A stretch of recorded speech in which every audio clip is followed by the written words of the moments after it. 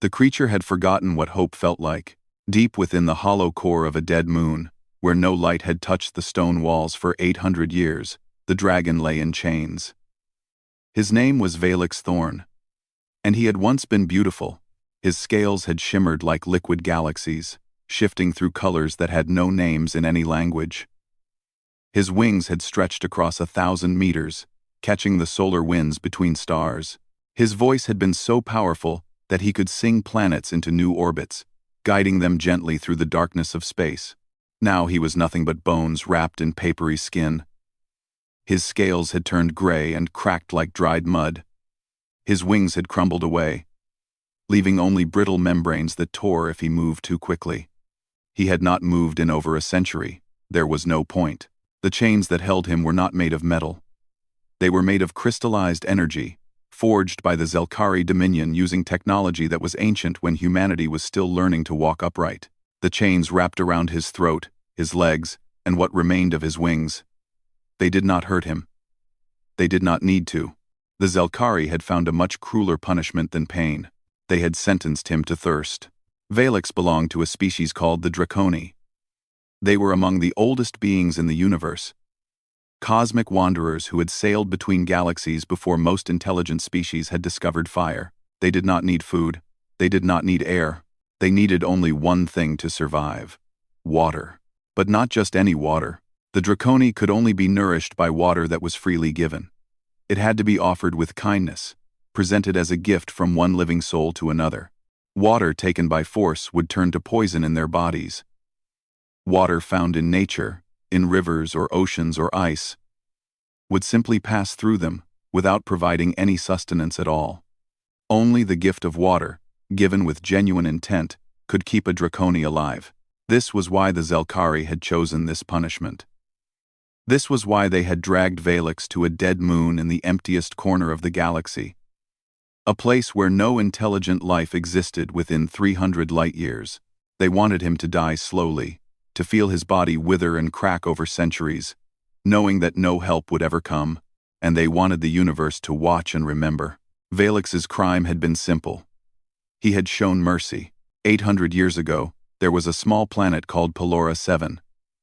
It was a water world, covered in vast oceans dotted with floating islands, where a gentle species had built their civilization. The Pelorans were not warriors. They had no weapons, no armies, no concept of violence. They spent their lives swimming in their warm seas, singing songs that carried across the waves, and caring for the countless creatures that shared their world. The Zelkari Dominion had decided that Pelora 7 would make an excellent mining operation. The planet's core was rich in rare minerals. The fact that billions of innocent beings lived on its surface was irrelevant to them. They sent their armada to clear the planet.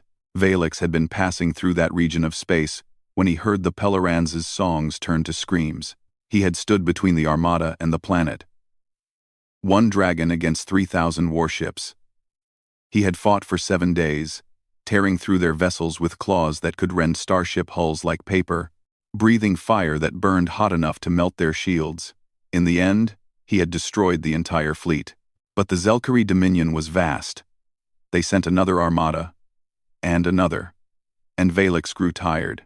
They captured him on the 9th day. The Zelkari High Council had debated what to do with him. Some wanted to execute him immediately, to make a public display of what happened to those who defied the Dominion. But the Grand Overseer had a different idea. He understood what the Draconi were. He knew their weakness. "Let him live," the Grand Overseer had said, his voice cold and satisfied. "Let him live for 1,000 years in the deepest darkness, dying of thirst but never quite dead. Let every species in the universe know that this is what happens to those who show compassion. Let them see that mercy is rewarded with suffering."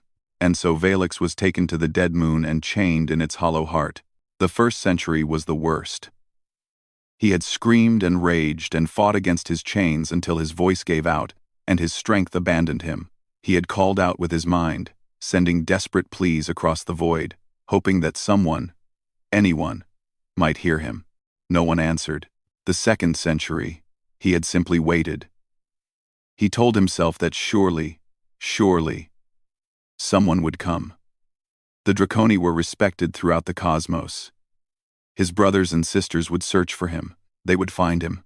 They would bring water freely given and set him free. But the Draconi were few in number, scattered across a universe too vast to search, and the Zelkari had hidden him well. By the 3rd century, Valix had stopped hoping. He lay in the darkness and felt his body slowly consuming itself. His magnificent scales fell away one by one. His muscles withered to nothing. His fire went out, leaving only cold ash in his chest. He became a skeleton, held together by memory and stubbornness. Too weak to die, but far too broken to live, he spent the next 500 years in silence. Sometimes, in the deepest parts of his fading consciousness, he would dream of water. He would dream of a kind hand offering him a cup, a voice saying, "Here, drink, this is for you." He would dream of what it felt like to be cared for, to be seen as something worthy of compassion. Then he would wake to darkness and chains and the endless, burning thirst that had become his entire existence. The Zelkari had been right about one thing. Other species did hear about what happened to Valix Thorn. They heard about the dragon who had saved Pelora 7, and the price he had paid for his kindness, and most of them learned the lesson the Dominion wanted them to learn. Do not help others. Do not show mercy. Do not stand against those more powerful than you. Compassion was weakness. Kindness was death. But the Zelkari had made one mistake.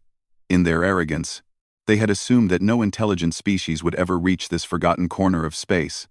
They had assumed that the dead moon would remain empty forever. They had not accounted for humanity. They had not accounted for a young woman named Grace Miller, whose colony ship would malfunction in 800 years and send her crashing into the very moon where Valix lay dying. They had not understood that some species, against all logic and self-interest, would choose kindness anyway. In the darkness of his prison, Valix felt something he had not felt in centuries. It was faint, like a candle flame at the end of an endless tunnel. It was the presence of a living mind, frightened and alone, but burning with a warmth that he had almost forgotten existed. For the first time in 500 years, the dragon opened his eyes. Grace Miller had never wanted to be a hero. She had wanted to grow tomatoes. Back on Earth, before the water shortages and the food riots and the slow death of everything green, her grandmother had kept a small garden behind their apartment building. Grace had spent her childhood with her hands in the dirt, learning how to coax life from seeds, how to nurture growing things with patience and care. When the last of the gardens died, and Earth became a place of concrete and recycled air, Grace had made a decision. She would go to the stars, she would find a new world, and she would grow things again. That was why she had become a hydroponics engineer. That was why she had signed up for the colony ship Horizon's Edge, a vessel carrying 2,000 sleeping colonists to a planet called New Eden, where the soil was rich and the water was clean and the sky was actually blue. Grace was responsible for maintaining the water recycling systems that kept everyone alive during the long journey. It was not glamorous work. It was pipes and filters and chemical balances, the quiet maintenance that no one noticed until something went wrong. Something had gone very wrong. The navigation system had malfunctioned somewhere in the outer regions of mapped space. No one knew why. One moment, they were on course, sailing smoothly through the void. The next moment, alarms were screaming, and the ship was tumbling toward an uncharted asteroid field at speeds that made evasion impossible. Grace had been in the water treatment bay when the first asteroid hit. The impact threw her against the wall so hard that she saw stars. Through the chaos of sparks and breaking metal, she heard the captain's voice on the intercom, calm despite everything, ordering all awake crew to the escape pods. She ran. The ship was tearing itself apart around her. Corridors that she had walked 100 times were suddenly twisted and wrong, filled with smoke and floating debris. She saw other crew members running, screaming, some of them not running at all anymore. She did not stop. She could not stop. Her legs carried her forward through sheer animal instinct, following the emergency lights toward the escape bay. She made it to a pod just as the section behind her decompressed. The door slammed shut. The pod launched. And Grace Miller was alone in the vast, cold darkness between stars. For 3 days, she drifted. The escape pod had emergency supplies: food packets, water rations, a basic medical kit, and a distress beacon that she spent most of her time trying to repair. The impact had damaged its transmitter, reducing its range to almost nothing. Without that beacon, no rescue ship would ever find her. She would drift until her supplies ran out, and then she would drift some more, until her body became just another piece of debris in the endless nothing. Grace did not let herself think about that. She focused on the work. She had always been good at focusing on work. On the third day, the pod's navigation system picked up a gravitational anomaly. A moon, roughly the size of Earth's own moon, orbiting a gas giant in a system that was not on any map. The pod did not have enough fuel to escape its pull. Grace strapped herself in and prepared for impact. The crash was not gentle. The pod tore through the moon's thin atmosphere and slammed into a rocky surface at speeds that should have killed her. The only reason she survived was luck and the pod's emergency cushioning systems, which absorbed most of the impact before failing completely. When Grace woke up, she was hanging upside down in a crumpled metal shell, surrounded by darkness. It took her 6 hours to cut herself free and assess her situation. The pod had crashed into the mouth of a cave system and rolled deep inside before coming to rest. Most of her supplies were intact. The distress beacon was damaged again, but not destroyed. With time and effort, she might be able to fix it. She had water for perhaps 2 weeks. Food for 3. The air in the cave was thin but breathable, which meant there was some kind of atmosphere on this moon. However minimal. She was alive. Against all odds, she was alive. Grace set to work. The first day in the cave, she focused on organizing her supplies and starting repairs on the beacon. The second day, she explored the immediate area around her crash site, mapping the tunnels and looking for any resources that might help her survive longer. The third day, she pushed deeper into the cave system, following a tunnel that seemed to lead toward a larger cavern. That was when she heard the voice. It did not come through her ears. It came directly into her mind. A whisper so faint that at first she thought she had imagined it. But it came again, and again. Each time, a little clearer. Please, water. Freely given. Please. Grace froze. Her hand went to the small tool knife at her belt, though she knew it would be useless against whatever was making that sound. The voice was not threatening. It was desperate. It was broken. It sounded like someone who had been screaming for so long that they had forgotten how to do anything else. She should have turned back. Every survival instinct told her to return to her pod and barricade herself inside until rescue came or her supplies ran out. But the voice kept repeating those same words, over and over, and there was something in its tone that she recognized. Loneliness. Absolute, crushing loneliness. Grace knew what it felt like to be alone. She followed the voice. The tunnel opened into a vast cavern lined with black crystal that reflected her small flashlight beam in 1,000 directions.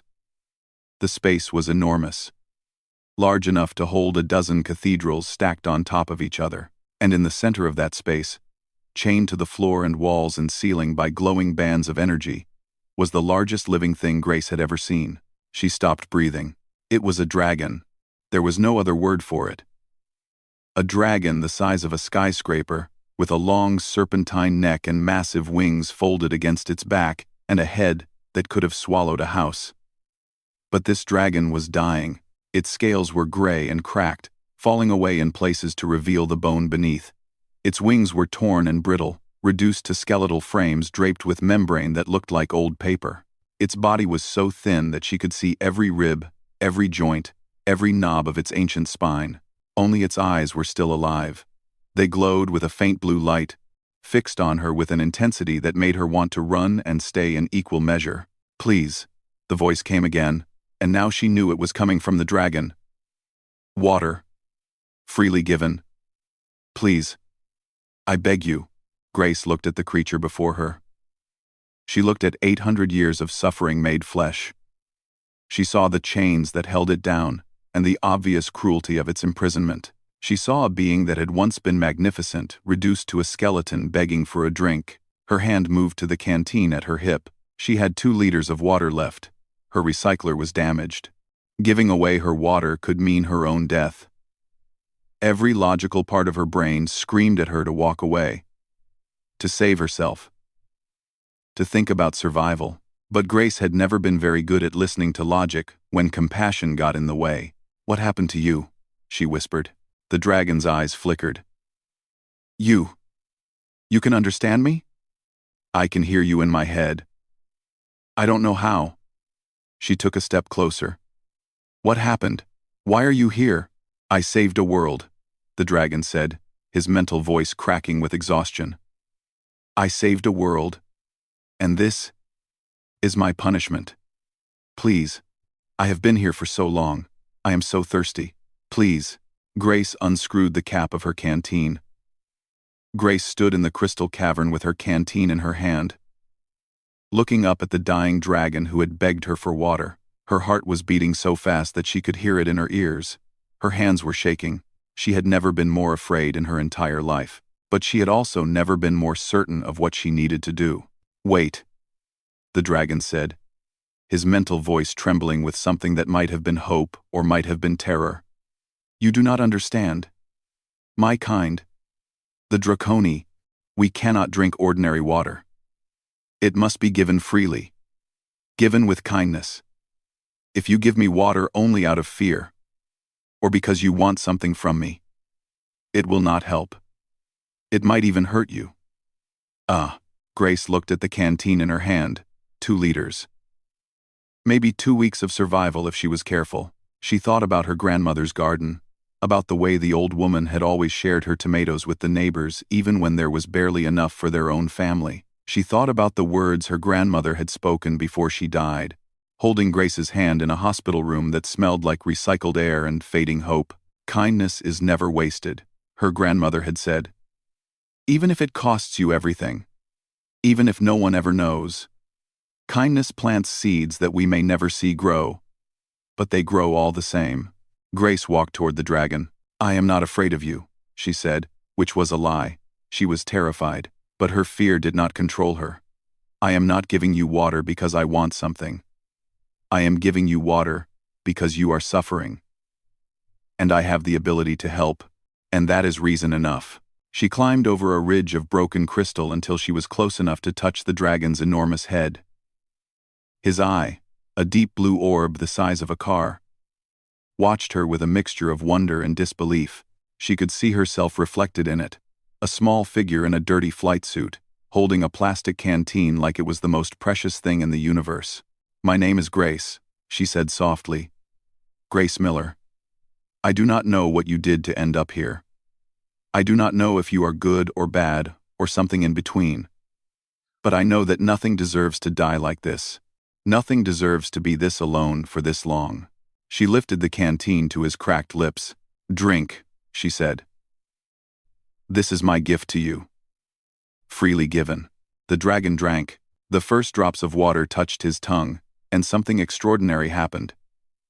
His body, which had been so still and broken, suddenly convulsed with energy. The gray scales on his face began to shimmer, first turning silver, then shifting through colors that Grace had no names for. She could feel heat radiating from his skin, not burning heat but warming heat, like standing near a fireplace on a cold winter night. The chains that bound him flickered and sparked. For 800 years, they had held him easily, their power more than enough to contain a starving, dying creature. But now, there was life flowing through Valix again. Real life, fueled by the first act of genuine kindness he had experienced in centuries. The chains did not break. They were too strong, and the water was too little. But they struggled. They strained against something they had never been designed to hold. Grace poured until the canteen was empty. When she lowered it, the dragon was staring at her with eyes that no longer looked like dying embers. They blazed with blue fire, brighter than before, filled with an emotion so intense that it made her take a step backward. "You gave me everything you had," he whispered. "Why? You need that water to survive. You might die without it. Why would you do this for a stranger? For a creature you do not know?" Grace smiled. Though her eyes were wet with tears, she did not fully understand. Because someone had to, she said. Because if I walked away from you, I would not be someone I could live with. Maybe I will die tomorrow. Maybe the rescue never comes. But at least I will die knowing that I did the right thing when it mattered. The dragon was silent for a long moment. When he spoke again, his voice was stronger, steadier, filled with something that Grace realized was wonder. In 60,000 years of existence, I have traveled to 1,000,000 worlds. I have seen civilizations rise and fall. I have witnessed acts of courage and cowardice, of cruelty and compassion, from species across every galaxy. He lowered his head until his eye was level with hers. I have never met anyone like you. I am just a hydroponics engineer, Grace said, laughing nervously. I grow vegetables. I fix water filters. I am nobody special. You are wrong, the dragon said. You are the first being in 800 years to show me kindness. That makes you more special than you know. Over the next several hours, the dragon told Grace his story. His name was Valix Thorn, and he was one of the last of the Draconi, a species so old that they had watched the first stars being born. He told her about his imprisonment, about the crime of compassion that had earned him this punishment, about the Zelkari Dominion, and their belief that kindness was a weakness to be stamped out wherever it appeared. Grace listened without interrupting. She sat on a crystal outcropping with her back against the cavern wall, watching the dragon's scales slowly continue to shift and shimmer as the water worked its way through his ancient body. It was not enough to heal him completely, not nearly enough. But it was enough to restore his voice and his mind, and something that looked almost like hope. The Zelkari control most of this region of space, Valix explained. They are not the strongest species in the universe, but they are among the most ruthless. They expand their territory by consuming weaker civilizations, stripping their worlds of resources, and enslaving or destroying their populations. Any species that shows resistance is crushed. Any species that shows compassion is made an example of. Like you, Grace said. Like me. My punishment was designed to send a message to every corner of the universe. This is what happens to those who help others. This is the price of kindness. Grace thought about Earth, about the wars and the shortages and the slow collapse of everything her grandmother had loved. Humanity had not needed aliens to teach them cruelty. They had invented plenty of it on their own. But they had also invented kindness. They had invented the impulse to share food with strangers, to help neighbors in need, to cross oceans and risk death for people they would never meet. Will they come for humanity? She asked. The Zelkari? Valix was quiet for a moment. Eventually. They always do. Your species is young and small and far from the center of their territory. It may be centuries before they notice you, but they will notice you, and when they do, they will decide whether you are useful enough to enslave or troublesome enough to destroy. What can we do? I do not know. The Zelkari have conquered thousands of species. They have technologies that your people cannot imagine. To fight them directly would be suicide. Grace nodded slowly, processing this information. She thought about the colony ship, about the 2,000 people still sleeping in their pods, dreaming of New Eden and blue skies and fresh soil. She thought about all the humans scattered across space, building their little outposts and mining stations and research bases, completely unaware of the storm that was coming. You said the Draconi are scattered, she said. Are there others like you? Others who might help? Perhaps. My brothers and sisters are few, but they are powerful. If I could be freed, if I could find them, we might. He trailed off, his voice heavy with doubt. But these chains were forged by the greatest technology the Zelkari possess. They were designed to hold me until I died of thirst. 2 liters of water is not enough to break them. Grace looked at the chains. They were still flickering, still straining against the new life flowing through the dragon's body. What if it was not just 2 liters? She asked. What if it was more? Valix looked at her with confusion. You have no more water. Your canteen is empty. My canteen is empty, Grace agreed. But there might be other water on this moon. Ice deposits, underground lakes, something. And there might be other survivors from my ship. She stood up, her mind already working through the possibilities. Water from nature cannot help you, you said. But what if that water was collected by people, and then given to you? Given freely? With kindness? Would that work? The dragon stared at her. It might. If the gift was genuine. If the people giving it truly meant it as an act of compassion. Grace smiled. It was not a hopeful smile. It was a determined one. Then I need to find some people, she said. And I need to convince them to help a dragon. Grace found Danny Reeves on the 6th day.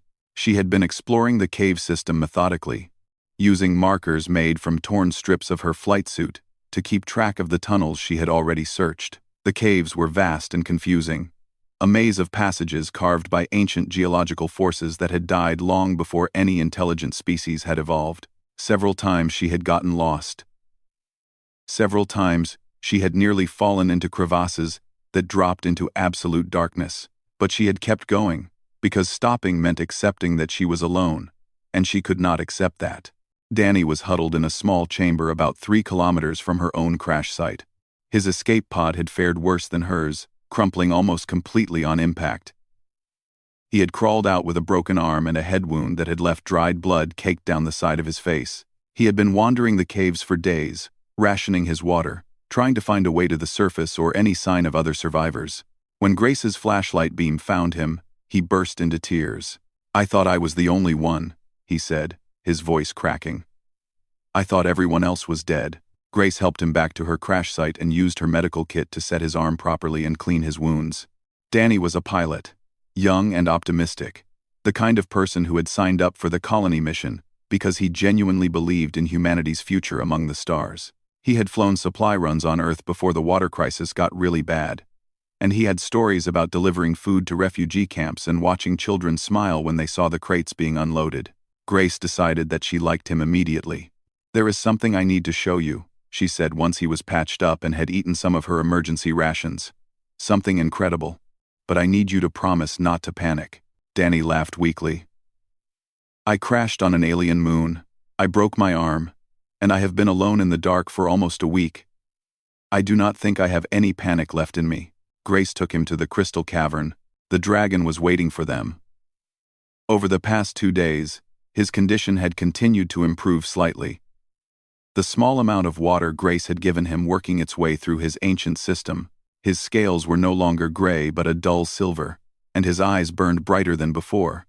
He looked like a statue, coming slowly back to life. Danny stopped walking when he saw the dragon. His mouth opened and closed several times without producing any sound.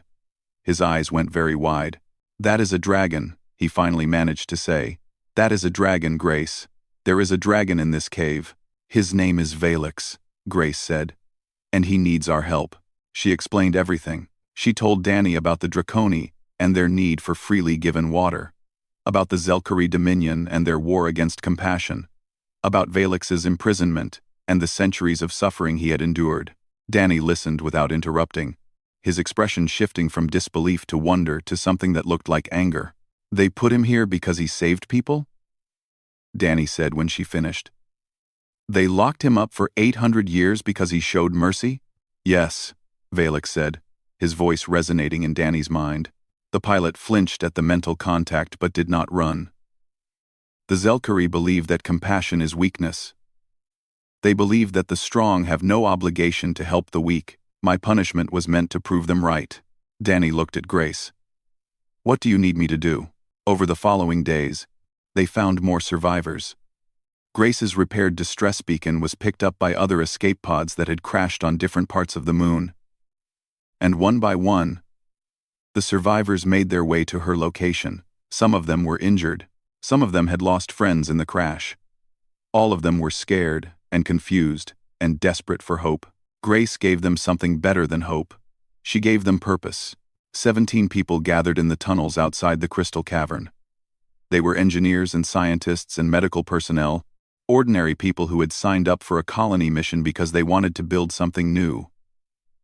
None of them had ever expected to meet an alien. None of them had ever imagined that their actions might affect the fate of civilizations they had never heard of. Grace stood before them and told them everything. "I know this sounds impossible," she said.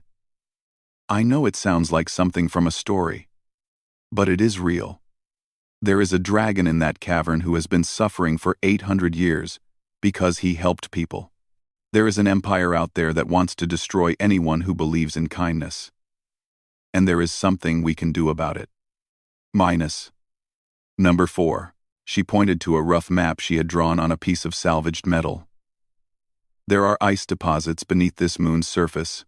Old water, frozen for millions of years. That water cannot help Valix on its own.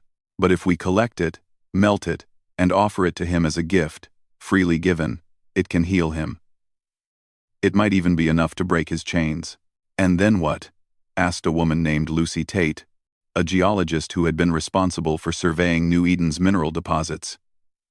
"He breaks free. And then what happens?" "Then he finds others like him," Grace said. "Then maybe, when the Zelkari come to our worlds, we are not alone." The survivors looked at each other. Grace could see the doubt on their faces.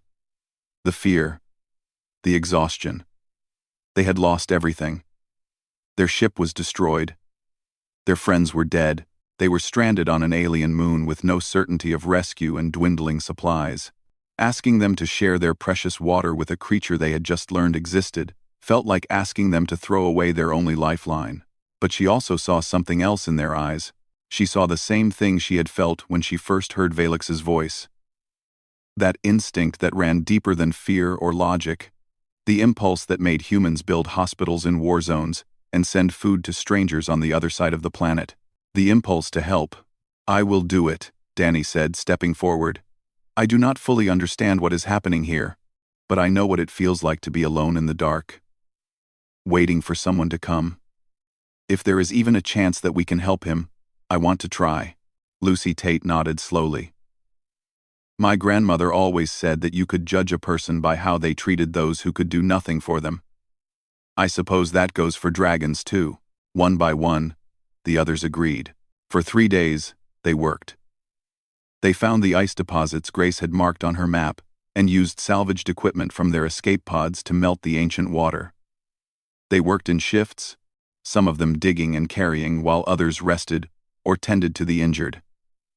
It was hard, exhausting labor, made harder by the thin atmosphere and the unfamiliar gravity of the moon. But no one complained, no one quit. On the 3rd day, they gathered at the entrance to the crystal cavern with containers of water that represented weeks of their own survival. Grace looked at the 17 people standing beside her and felt something that she had not felt since the horizon's edge had been torn apart. Pride. "I want to be clear about what we are doing," she said. "This water is ours. We collected it. We melted it. We carried it here. But when we give it to Valix, we are giving it as a gift, freely, with kindness. Not because we want something in return, not because we are afraid of him, but because it is the right thing to do." She looked at each of them in turn. "If anyone has doubts, if anyone is not certain that they can give with a pure heart, please step back now. There is no shame in it. This has to be real, or it will not work."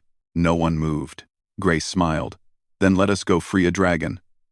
The 18 humans walked into the crystal cavern in a single file, each of them carrying containers of water that caught the faint blue light and sparkled like captured stars. Grace led the way, her heart pounding in her chest, her hands steady despite the fear that coiled in her stomach.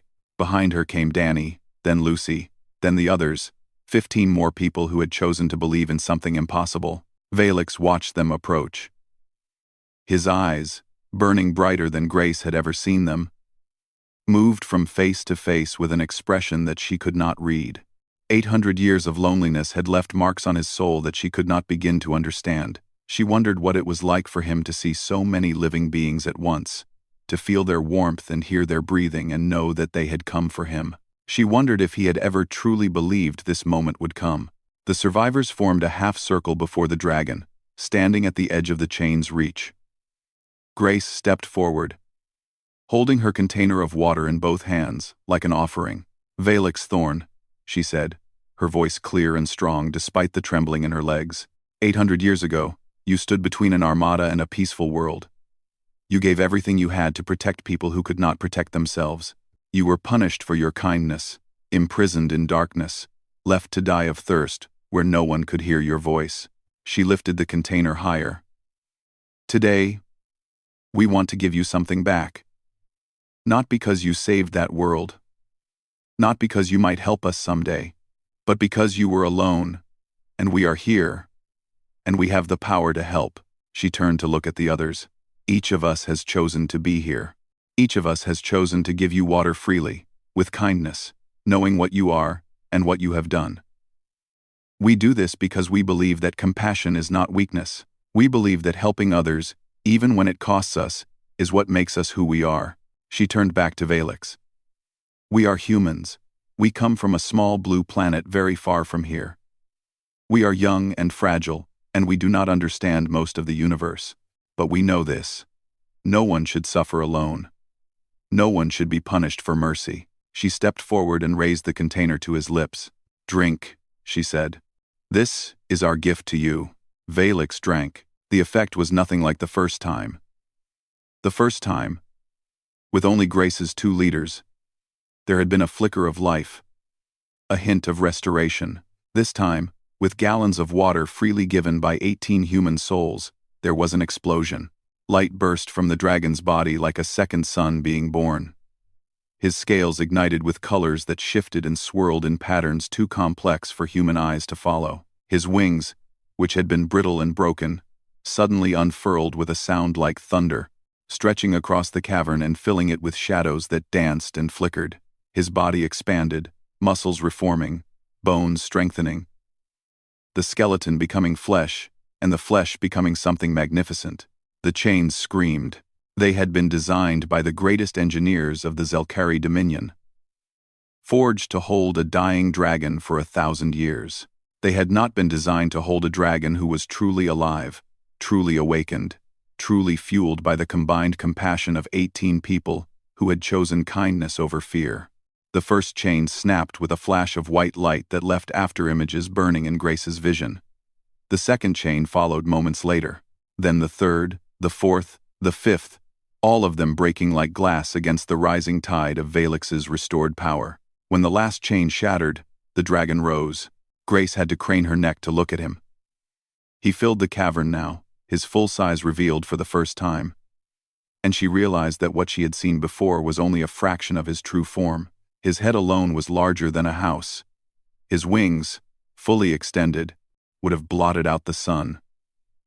His scales blazed with the light of distant nebulae, and his eyes were twin stars burning with ancient fire. He was the most terrifying and beautiful thing she had ever seen. Valix looked down at the small cluster of humans who had freed him. They looked back up at him, most of them trembling, some of them crying, all of them standing their ground, despite every instinct telling them to run. When he spoke, his voice was no longer a whisper in their minds. It was a presence, a warmth, a feeling that wrapped around them like a blanket on a cold night. In 60,000 years of existence, he said, I have seen empires rise and fall like waves upon a shore. I have watched civilizations build wonders that touch the stars and then crumble into dust in memory. I have witnessed courage and cowardice, love and hatred, hope and despair in measure beyond counting. He lowered his great head until his eye was level with Grace, just as he had done in that first moment when she had offered him water from her canteen. I have never, he said, in all my years, in all my travels, in all my encounters with the countless species of this universe, I have never met anyone like you. His gaze moved across the other survivors, touching each of them in turn. You are small, your lives are brief, your bodies are fragile, and your knowledge is limited, and your technology is primitive by the standards of 100 other species. But you possess something that the Zelkari Dominion has never understood, something that all their power and all their cruelty cannot destroy. He raised his head, and his voice seemed to fill the entire moon. You possess the capacity to care for strangers, to give when giving costs you, to stand before a creature you do not know, and offer your precious water simply because suffering exists, and you have the power to lessen it. This is not weakness, as the Zelkari believe. This is the greatest strength in the universe.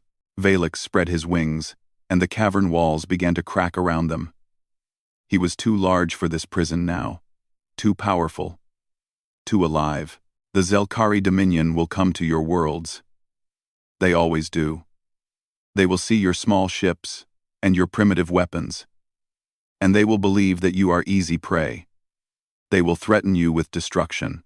They will tell you that resistance is futile, that compassion is foolishness, that the only way to survive is to become as cruel as they are. His eyes found Grace again. They will be wrong. The dragon rose through the ceiling of the cavern, tearing through rock and crystal and the surface of the moon as easily as a hand moving through water. The survivors scrambled back as debris rained down around them, but nothing touched them. An invisible force, warm and gentle, shielded them from harm.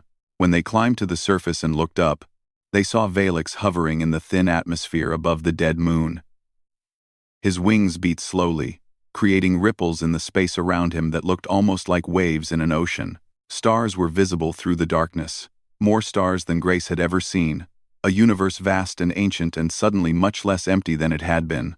"I will remember this," the dragon said, his voice reaching them across the void. "I will find my brothers and sisters.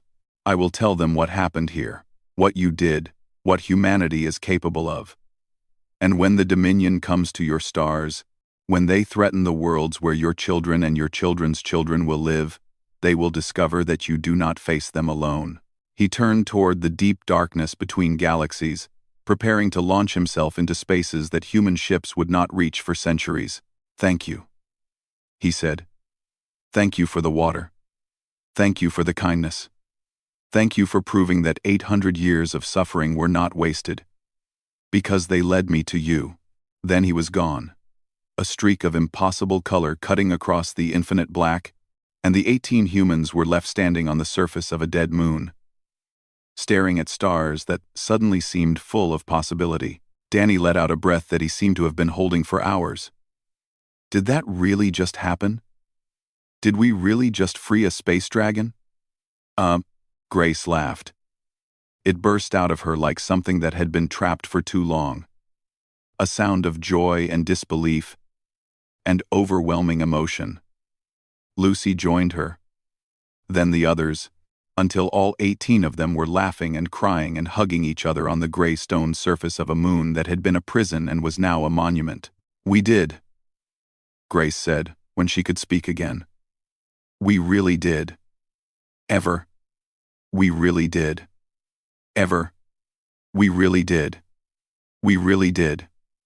Grace said, "We really did." Grace said, "We really did." Grace said, "We really did." Grace said. 3 days later, the rescue ship arrived.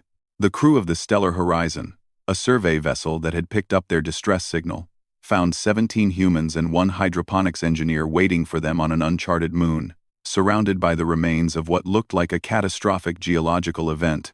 The survivors told the rescue crew about the colony ship, about the crash, about their struggle to survive in the caves. They did not mention the dragon. They did not mention the chains, or the crystal cavern, or the gift of water that had changed everything. Some things were too big to explain to people who had not been there.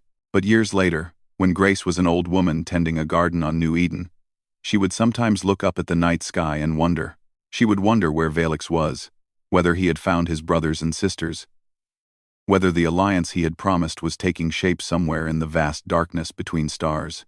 And sometimes, when the night was very clear and the stars burned especially bright, she could swear that she saw a flicker of impossible color moving among them, a dragon made of starlight, keeping watch over a small blue planet and the strange, brief, impossibly kind creatures who called it home. The Zelkari Dominion would come eventually. Grace knew that. But she also knew that when they did, they would find something they had not expected. They would find that humanity was not alone. They would find that compassion was not weakness. They would find that 18 people, giving water to a stranger in the dark, had changed the course of history. And they would find that some chains, once broken, could never be forged again.